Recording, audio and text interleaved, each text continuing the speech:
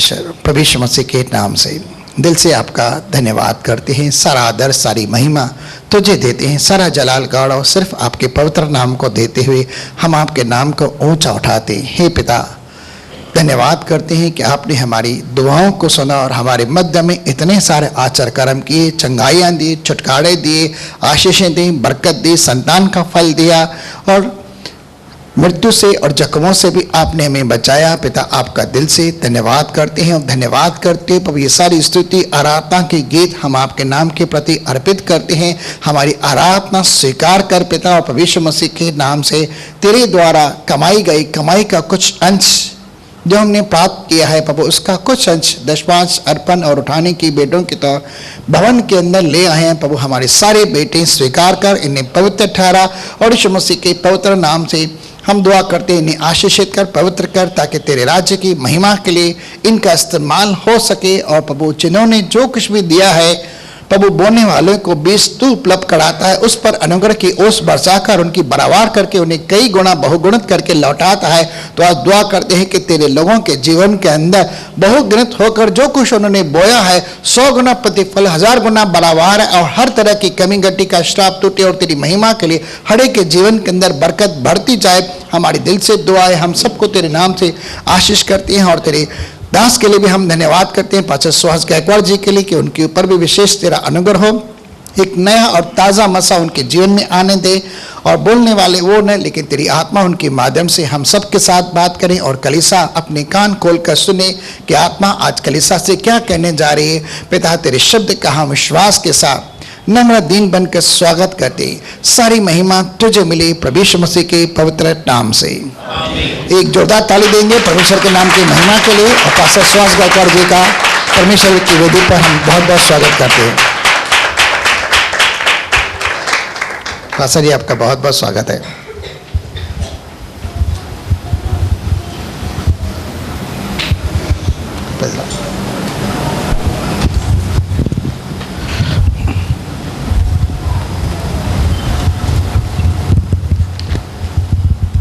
मलाकी की किताब निकालेंगे।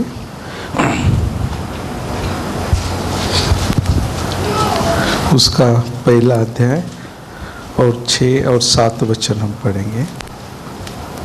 मलाकी। पुत्र पिता का और दास स्वामी का आदर करता है।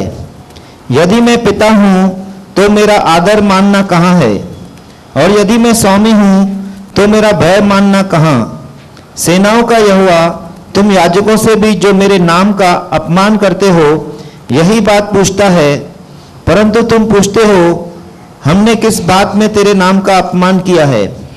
तुम मेरी बस पवित्र और जीवित परमेश्वर, हम आपको धन्यवाद देते, आपको ऊंचा उठाते। प्यारे पिता, प्रार्थना विनती करते पवित्र आत्मा द्वारा वचन से हमसे बातें करना। प्यारे पिता, आपकी वाणी सुनने के लिए हमारी मन की आंखों को, कानों को खोलना। प्यारे पिता, विनती और प्रार्थना करते पवित्र आत्मा द्वारा नया प्रकाशन देना प्यारे पिता, और होने दो कि प्यारे पिता वो प्रकाशन हमारे लिए एक जीवन जीने के लिए कारण बने। प्यारे पिता, मुझे सूली के पीछे छिपाओ, मैं घटू आप बड़े, ऐसा अनुग्रह करना। प्रार्थना पवित्र प्रभु यीशु के नाम में मांगता हूँ, आमीन। तो हमने आज जो मलाकी का पढ़ा है, पुरानी वाचा का अंतिम किताब है और अंतिम किताब है और मत्ती की शुरुआत है। इनमें कहा जाता है कि 400 साल का डिफरेंस है, जिसे साइलेंट ईयर कहा जाता है। मतलब साइलेंट ईयर मतलब उस समय परमेश्वर की ओर से कोई प्रकाशन परमेश्वर के लोगों को नहीं मिला है। और ये जो किताब है इज़राइल के लिए और हमारे लिए, दोनों के लिए एक जोड़ने का एक जरिया है।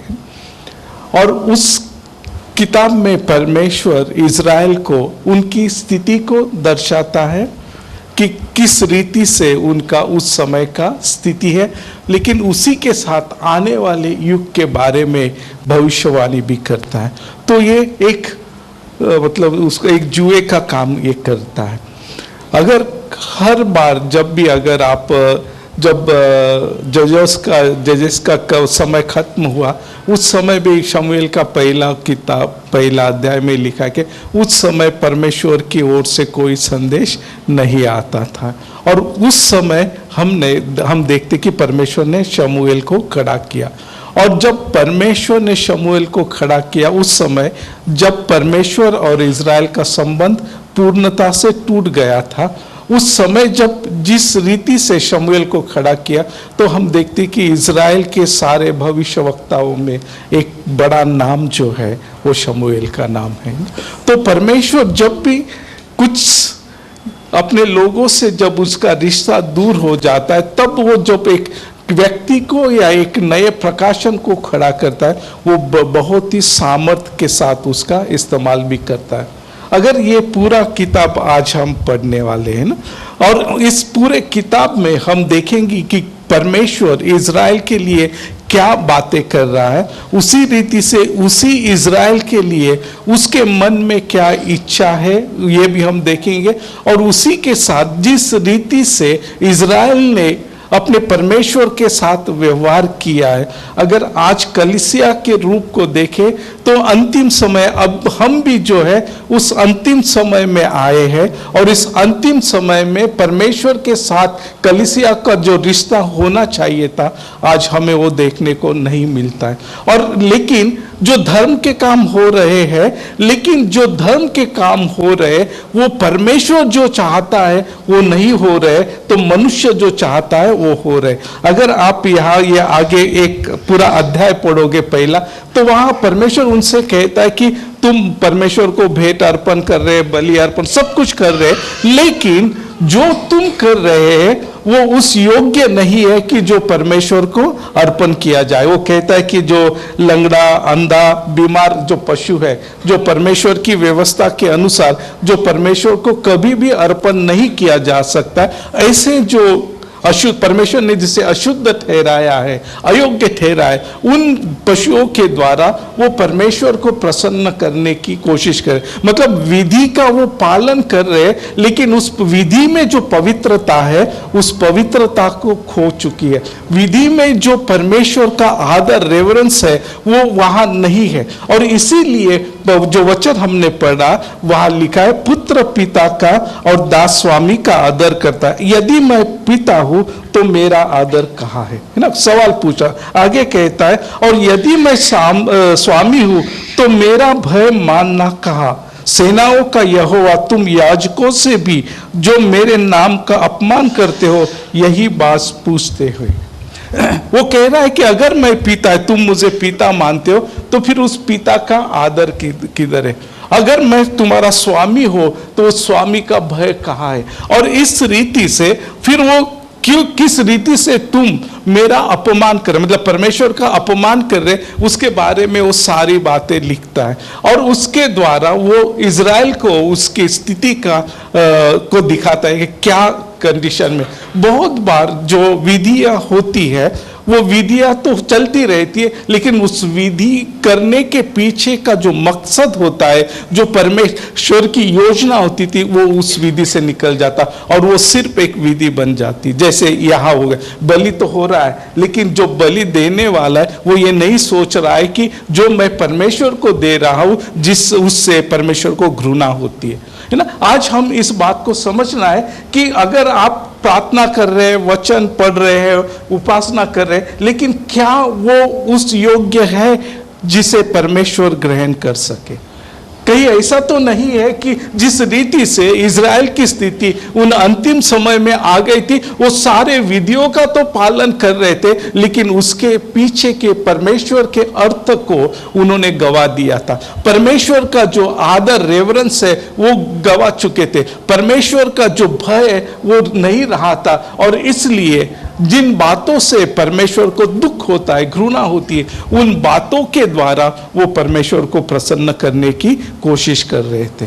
और ये बात जो है, परमेश्वर कभी भी उसको, इन बातों को स्वीकार नहीं करेगा। अगर आप उसके आगे अगर पढ़ोगे तो वो कहता है कि 10 वचन में, भला होता कि तुम में से कोई मेरे मंदिर के किवाड़ों को बंद करता कि तुम मेरी वेदी पर व्यर्थ आग जलाने न पाते।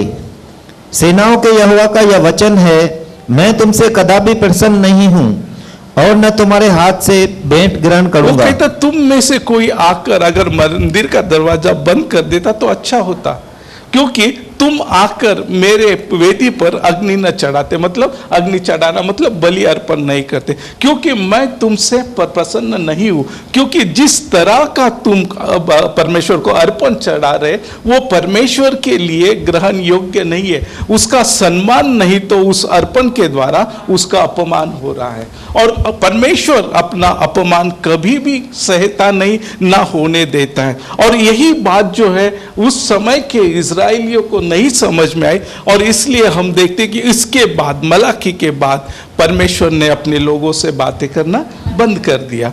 हम इस बात को समझना है कि परमेश्वर क्षमा करने वाला है, परमेश्वर जो है प्रेम करने वाला है, परमेश्वर जो अति उत्तम परमेश्वर है, लेकिन वो अपनी महिमा के साथ कोई भी कॉम्प्रोमाइज नहीं करता, ना अपनी पवित्रता के साथ कोई कॉम्प्रोमाइज नहीं करता। और वो चाहता है कि चाहे तुम नहीं उसको अर्पण नहीं दिया, उसको कुछ नहीं किया, चलेगा, लेकिन अगर आप उसके नाम से अगर कोई गलत काम करोगे तो वो उसे कभी भी सहन नहीं होगा। और इसलिए हम इस बात को समझना है कि हम जो आज परमेश्वर को अपना पिता कहते हैं और हम अपने आप को परमेश्वर की संतान बोलते हैं, बेटे बेटियां कहते हैं, वो हमारा स्वामी, हमारा मालिक सब कुछ है, तो वो हमें प्रश्न कर रहा है, वो हमसे पूछ रहा है अगर मैं पिता हूं तो मेरा आदर कहाँ है, अगर मैं स्वामी हूं तो मेरा भय कहाँ।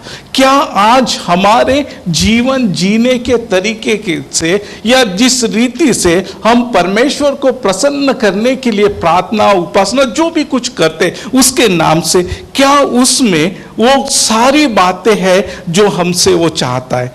क्या उसमें उसका रेवरेंस, उसका आदर है, उसका भय है, उसकी पवित्रता है, उसको भाने वाली वो बातें हैं क्या? इसके बारे में आज हमें सोचने की बहुत आवश्यकता है, क्योंकि अभी वो समय आ चुका है कि जहां परमेश्वर अपने वचन को रोकने का समय आ चुका है। और इसलिए हमें जागरूक रहने की आवश्यकता है, कहीं ऐसा न हो कि जिस रीति से इजराइल के जीवन में आया, परमेश्वर ने अपनी उनसे अपना जो संपर्क था, जो भविष्यवक्ताओं के द्वारा वो अपने लोगों के साथ जो संपर्क बनाए रखता था, उसे उसने तोड़ दिया। और उसके बाद जब हम मत्ती में आते और इजराइल की परिस्थिति हम देखते तो पूर्णतः से परमेश्वर से अलग हुए लोग हमें देखने को मिलते। जिस रीति से प्रभु यीशु मसीह वो शास्त्री और फरीसियों से बातें करता है, उससे लगता है कि ये याजक, ये लेवी लोग कितना परमेश्वर से दूर चले गए। यूहन्ना में वो उन्हें कहता है तुम्हारा बाप शैतान। किन्हें कह रहा है? जो उसके याजक है, जो उसके चुने हुए लोग हैं, लेवी, जो उसके मंदिर में उसकी उपासना करते हैं, जो उसके लिए भेंट अर्पण करते हैं, उसके लोगों को उसके साथ मध्यस्थता करते हैं, उन लोगों को वो कहता है कि तुम्हारा बाप शैतान। तो ये जो बात प्रभु ने उनसे कही है वो अचानक नहीं कही है, उसकी शुरुआत कहीं से तो हो चुकी है।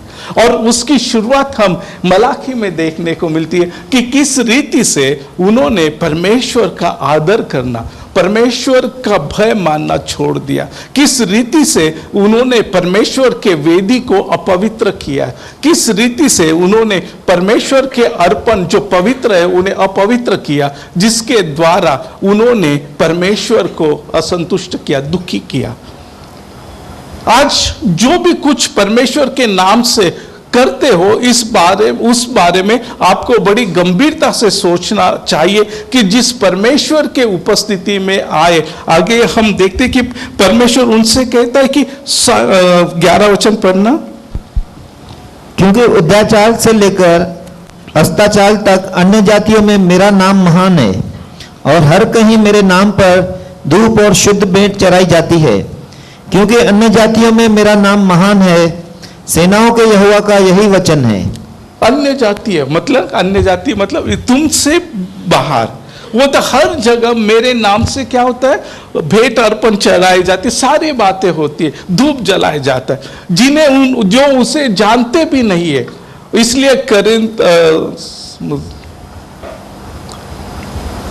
इफिस में शायद मुझे अभी, जब वहां पौलुस गया और उसने देखा वहां एक वेदी थी और वहां उस पर लिखा था, क्या लिखा था, अनजाने परमेश्वर, और उस वेदी पर परमेश्वर, उस अनजाने परमेश्वर को भेंट अर्पण चढ़ाया जाता था।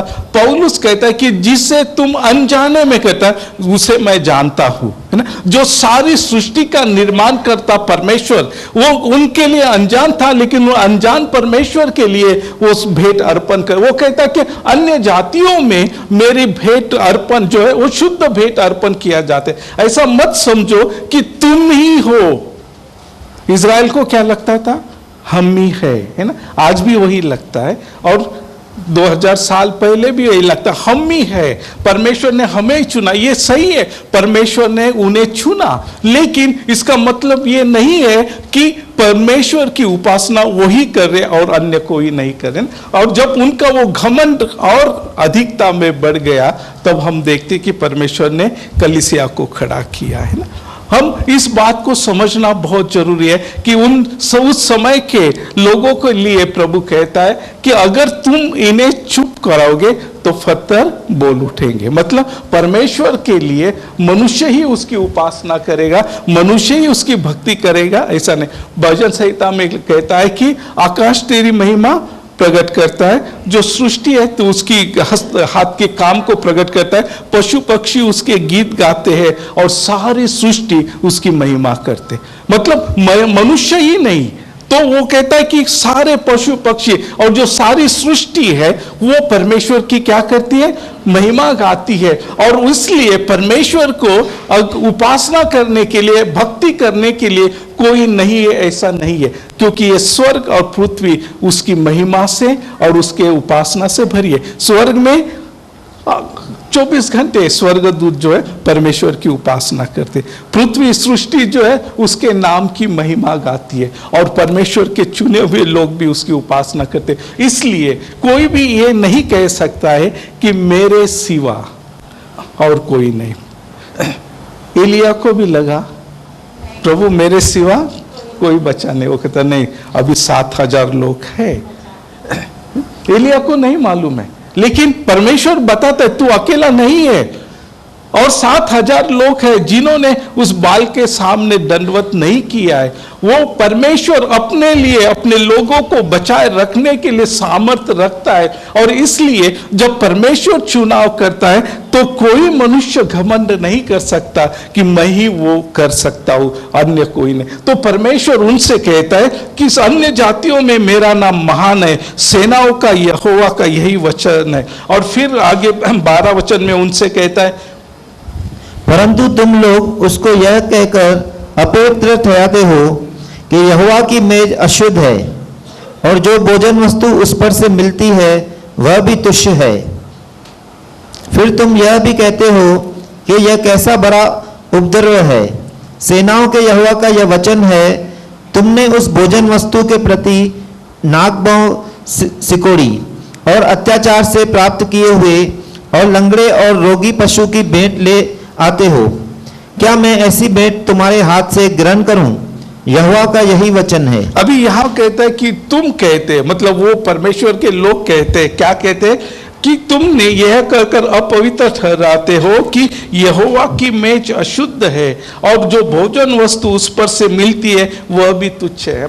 अभी हम देखते हैं कि जो भी याजक जो है वो जो परमेश्वर को अर्पण करता है, उस अर्पण में से उसका एक हिस्सा होता है, और वो हिस्सा उसे पवित्र स्थान में बैठकर पवित्रता से उसे खाना पड़ता है।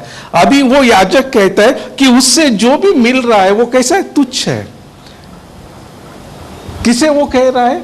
जिसे उसने परमेश्वर की संतुष्टि के लिए पवित्र अर्पण किया, उसी को वो क्या कह रहा है, तुच्छ। और तुच्छ वो कह सकता है क्योंकि वो जानता है कि उसने परमेश्वर को क्या अर्पण किया है।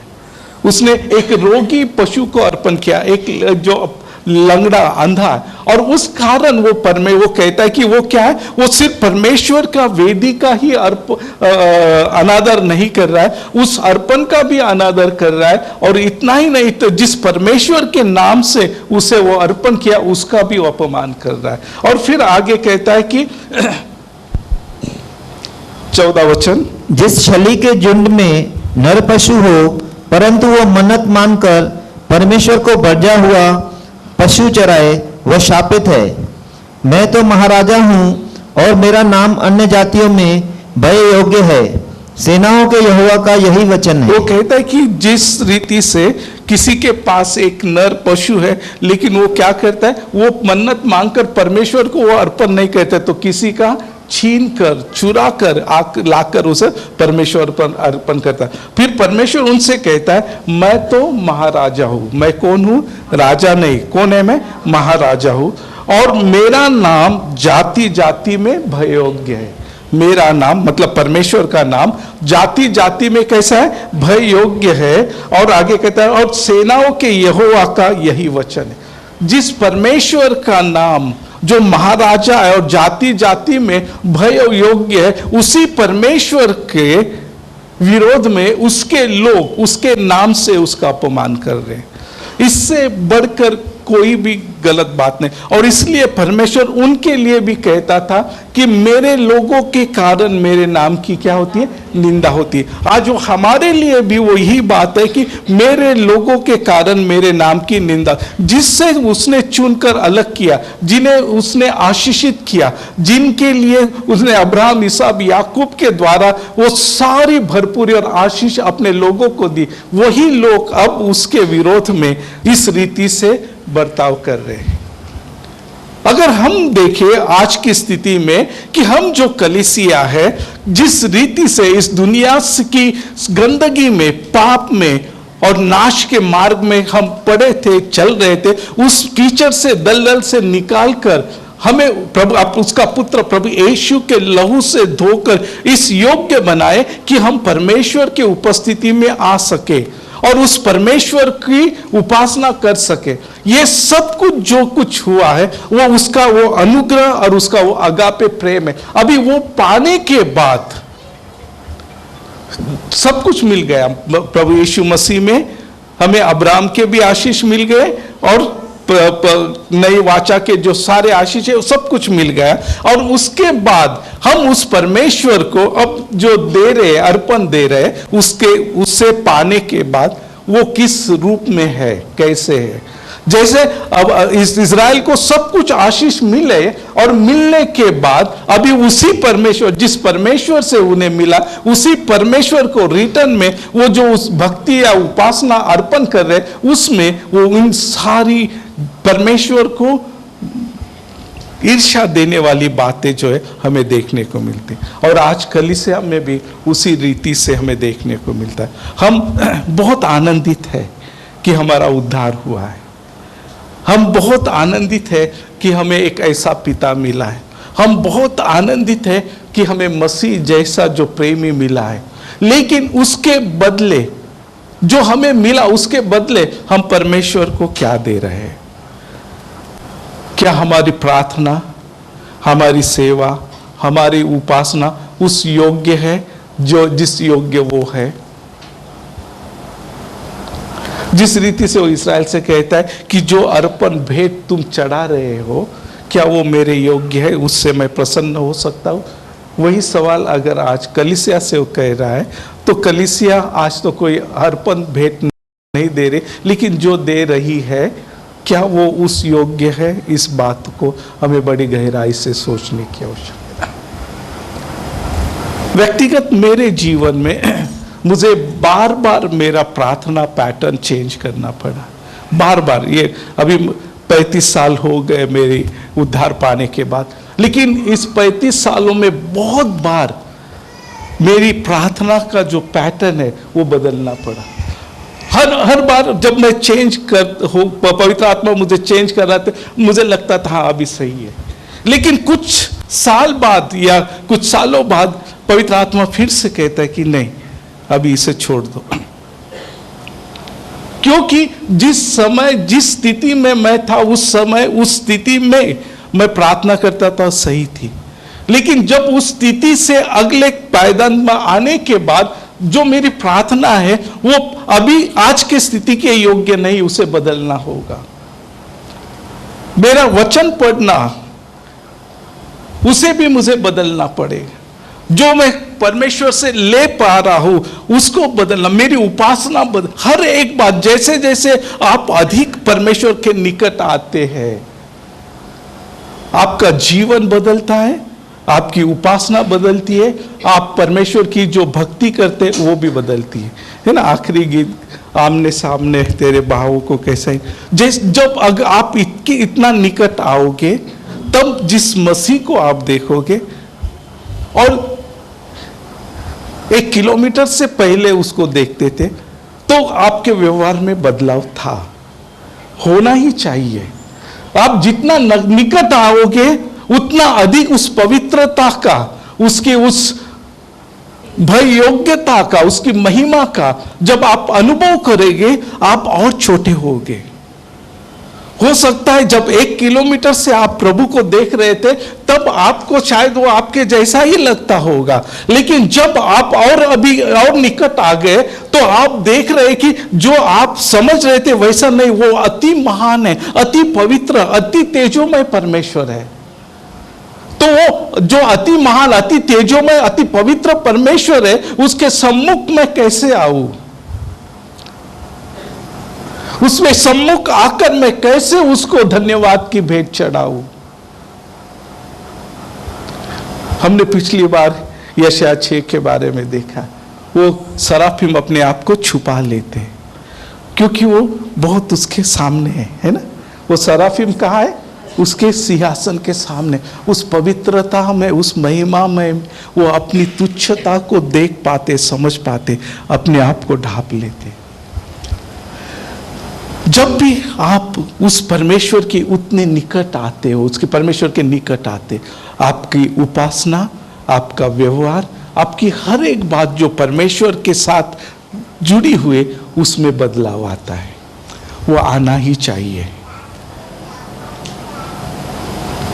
हम परमेश्वर चाहता है कि वो उसकी पवित्र उपस्थिति में हमें जाए। जो सेमिनार में हमारा सब्जेक्ट था मसीह में एक होना, वो चाहता है, वो हमारे लिए पिता से प्रार्थना करता है कि हे पिता जैसा तू मुझ में और मैं तुझ में वैसे ही वे भी हम में एक हो जाए, कि पिता मुझ में, मैं उनमें और वे हम में एक हो जाए। वो निकटता, वो एकता जो है परमेश्वर चाहता है, प्रभु चाहता है।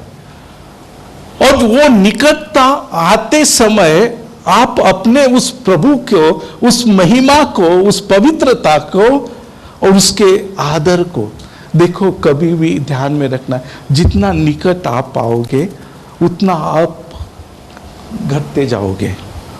जितना प्रभु के निकट आप आओगे उतना आप घटते जाओगे।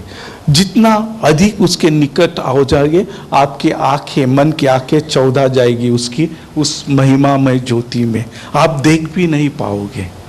जितना निकट आओगे उसका वो पवित्रता जो है वो भस्म करने वाली आग है, वो आपके सहने के बाहर है। इसलिए वहां जो होता है सिर्फ रेवरेंस, डर होता है उस पवित्रता का, उसकी उस महिमा का, उसका वो अस्तित्व का। और हम में वो जो है वो कमी, मतलब समझ में आता मैं कितना तुच्छ हूँ उस परमेश्वर के सामने। मैं कह रहा वो मेरा पिता है, वो मेरा प्रेमी है, सब कुछ कह रहा, लेकिन जब निकट आकर देखता हूँ तब समझ में आता है कि वो कितना महान है।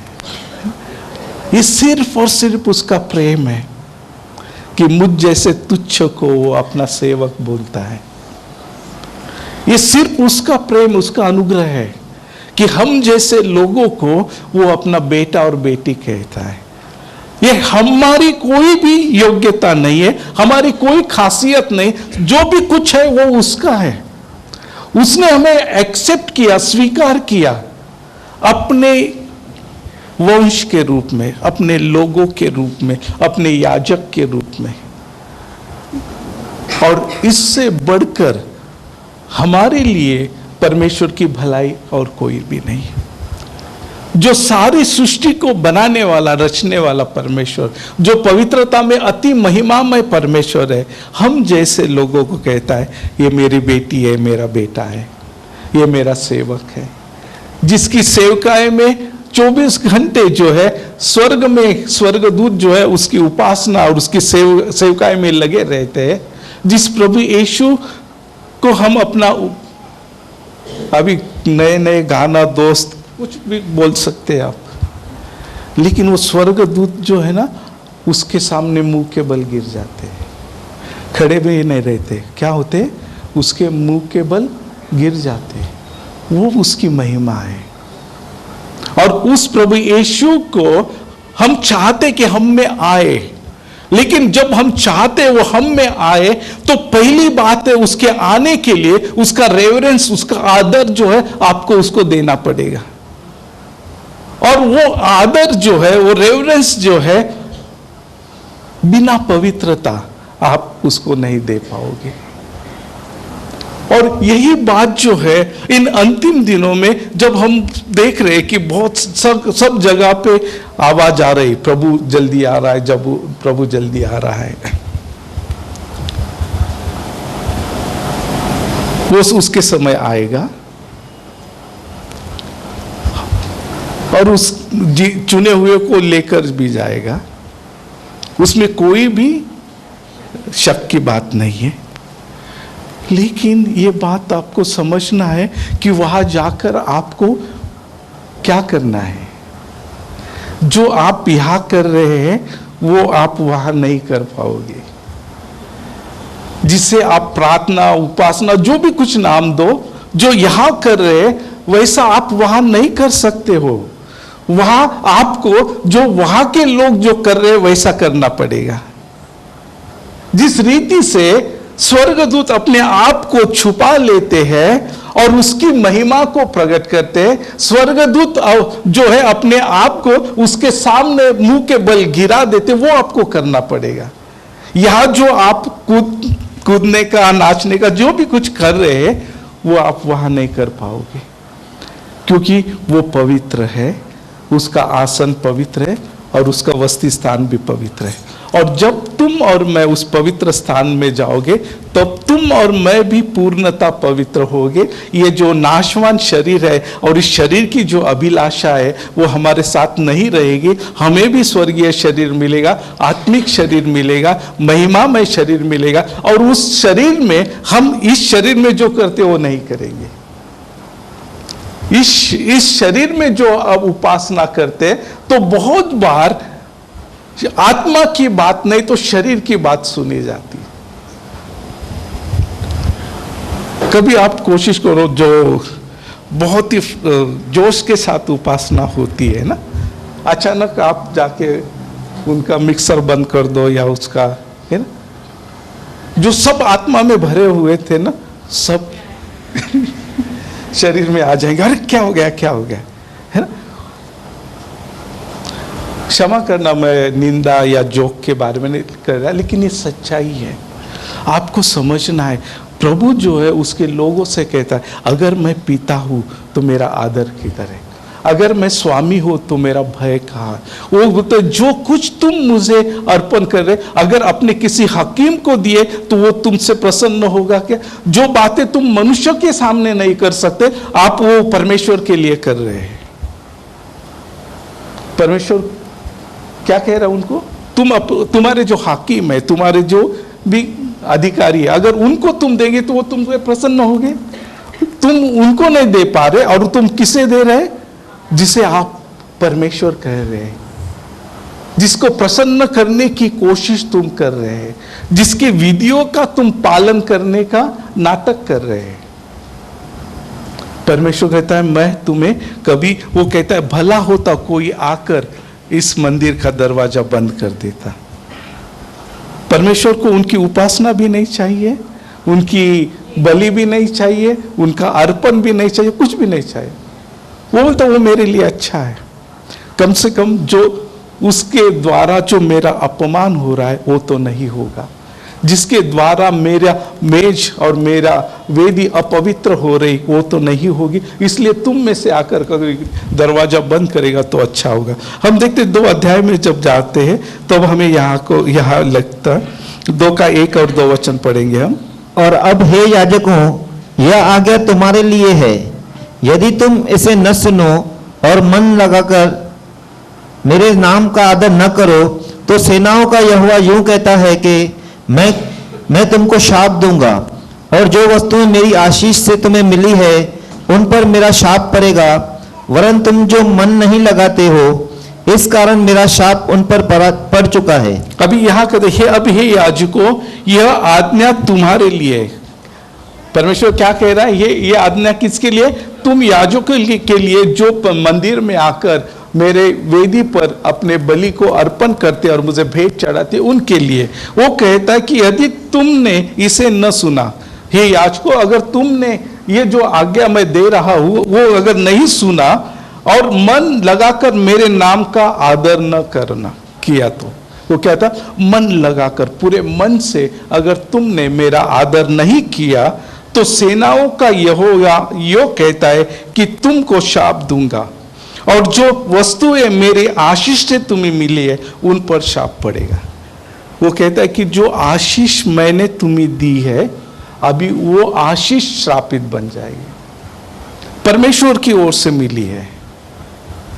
अगर इज़राइल का इतिहास देखे तो जो भी परमेश्वर की ओर से उन्हें मिला, जो वचन दत्त भूमि, मतलब जो जिस प्रतिज्ञा की जो भूमि उन्हें मिली है ना, अगर उसकी स्थिति 2000 साल देखे जाए तो अत्यंत भयंकर थी, है ना।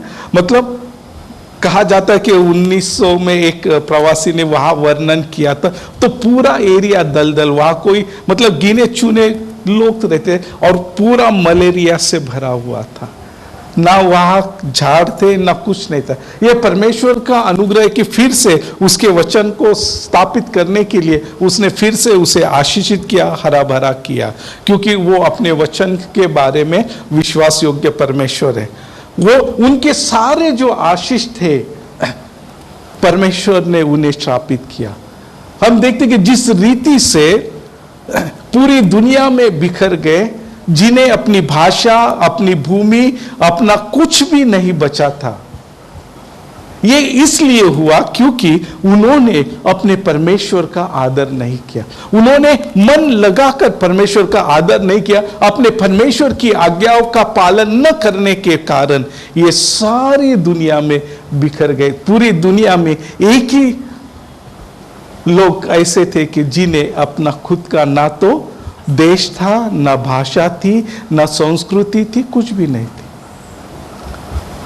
यह परमेश्वर का अनुग्रह है कि उसके वचन के अनुसार उसने उन्हें फिर से इकट्ठा किया और उन्हें आशीषित किया है। लेकिन वो आशीषित करने के बाद भी वो फिर पुरानी गलतियों की ओर जा रहे हैं। आज इजराइल जो पूर्णता सेक्युलर, लेफ्ट विंग, LGBT से भरा हुआ है। परमेश्वर का भय, परमेश्वर का आदर आज के इज़राइल में नहीं है। और इसके लिए हम देखते कि जो 2023 में हुआ वो एक और दंड था उनके लिए, अपने ओर फिरने के बाद। और फिर उसके बाद देखेंगे तो ऐसे बहुत सारे यूट्यूब पर आपको मिलेंगे कि जो युद्ध के लिए जा रहे हैं तो भी वो परमेश्वर का नाम लेकर जा रहे हैं, है ना। जो मिलिट्री कैंप में जो है परमेश्वर की उपासना कर रहे, जब परमेश्वर ने उन्हें ताड़ना दी है वो आए हैं। लेकिन परमेश्वर चाहता है कि ये ताड़ना देकर नहीं तो प्रेम से उसके पास आए, वो प्रेम से अपने परमेश्वर का आदर करना सीखे, वो अपने पूरे समर्पण के साथ उस परमेश्वर को महिमा दे जिस परमेश्वर ने उनके लिए इतनी महान महान बातें की है। अगर उसके साथ आप कलीसिया के रूप में अपने आप को खड़ा करेंगे तो हमारे लिए भी परमेश्वर ने उतनी महान अद्भुत बातें की है। जो हम नरक की मार्ग पर चल रहे थे और पाप के दलदल में गिरे थे, अज्ञानता के अंधकार में भटक रहे थे, जो परमेश्वर ही नहीं ऐसे वस्तुओं की उपासना कर रहे थे, उनमें से निकाल कर उस जीवित परमेश्वर के सम्मुख हमें लाकर खड़ा किया। उस परमेश्वर का प्रेम मसीह यीशु में हमें मिला। हम प्रेम का मतलब समझने लगे और उस प्रेम को समझने लगे जो परमेश्वर ने हमसे किया। आज हम परमेश्वर की संतान, हम आशीषित लोग हैं, परमेश्वर के चुने हुए लोग हैं, अनंत जीवन के मार्ग पर चलने वाले हम उसके वंश हैं। लेकिन ये सारी बातें हमें ध्यान में रखना है कि वो परमेश्वर जिसने हमें दिए, वो हमसे कहता है कि मेरी आज्ञाओं पर मन लगाओ, मेरी आज्ञाओं का पालन करो, मेरा आदर मन लगा कर करना। किसी भी रीति से उस परमेश्वर का अनादर हो, अपमान हो, ऐसी कोई भी बातों से अपने आप को दूर रखा। आगे अगर देखिए उसके 5वें वचन में, 2:5 में हम देखते, मेरी जो वाचा उसके साथ बंधी थी वह जीवन और शांति की थी, और मैंने यह इसीलिए उसको दिया कि वह भय मानता रहे, और उसने मेरा भय मान भी लिया और मेरे नाम से अत्यंत भय खाता था। उसको मेरी सच्ची व्यवस्था कंठ थी और उसके मुंह से कुटिल बात न निकलती थी। वह शांति और सीधाई से मेरे संग संग चलता था और बहुतों को अधर्म से लौटा ले आया था। वो कहता है कि मेरी जो वाचा उसके साथ बंदी थी, मतलब इज़राइल के साथ, वो कहता है वो बंदी थी, वो जीवन और शांति की थी।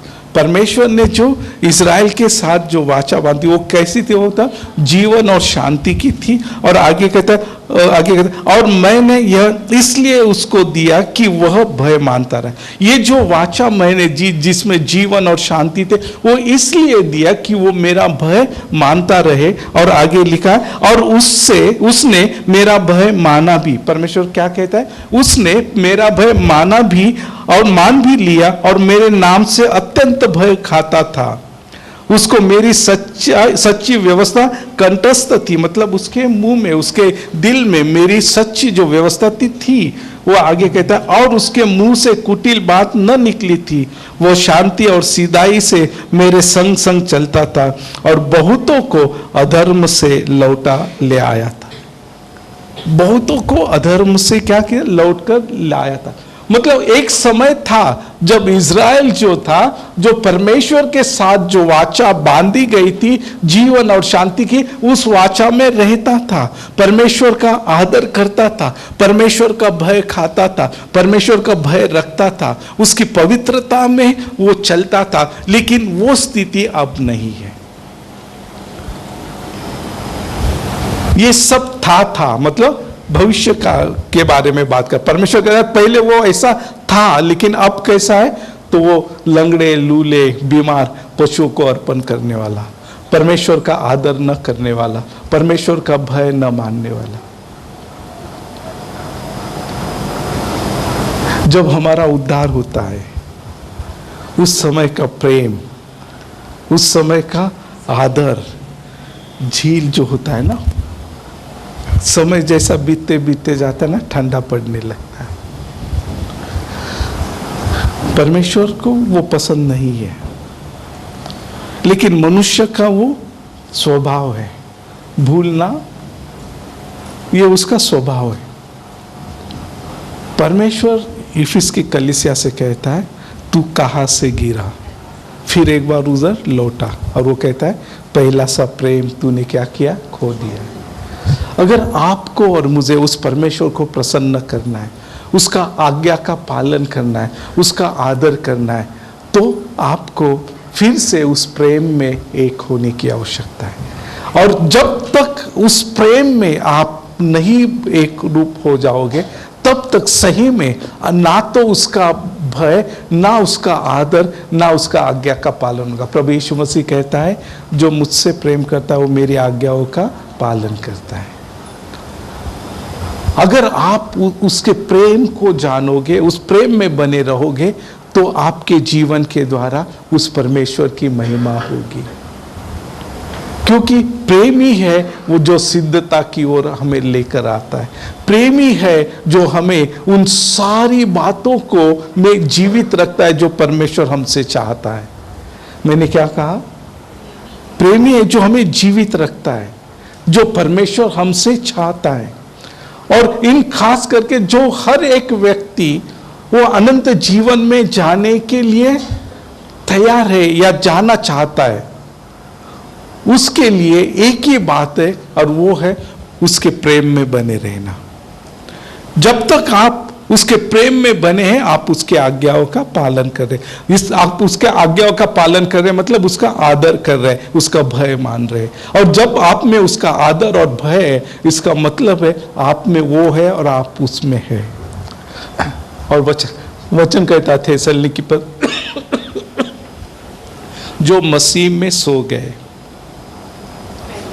वो उठा लिए जाएंगे, और जो हम बचे, मतलब हम बचे, पौलुस किन के बारे में कहता है? जो मसीह में है वो बदल जाएंगे और उठा लिए जाएंगे। तो अंतिमता जो मसीह में सो गए, मतलब मसीह में रहते समय उन्होंने अपनी आखिरी सांस ली, वो लोग, और जो मसीह में जीवित है वही लोग उठा लिए जाएंगे।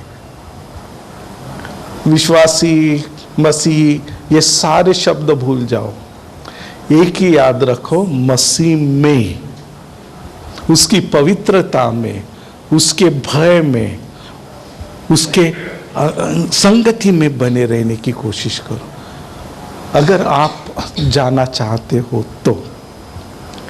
अगर इसी दुनिया में रहकर उन्हें आशीषों में आनंद करना है तो कोई बात नहीं, वो आपको आशीष देगा, आपको धन देगा, चंगाई देगा, सब देगा, वो क्योंकि आपसे प्रेम करता है। लेकिन आप भी उससे प्रेम करते हो तो आप उसके साथ जाना चाहोगे। वो आपसे प्रेम करता है, वो आपको आशीष देगा। लेकिन अगर आप उससे प्रेम करते तो आप सदा उसके साथ रहने के लिए अनंत जीवन में जाने की कोशिश करें। और उन हर एक व्यक्ति के लिए प्रभु कहता है कि मेरा आज्ञाओं का पालन करो और मेरा आदर मन से करो।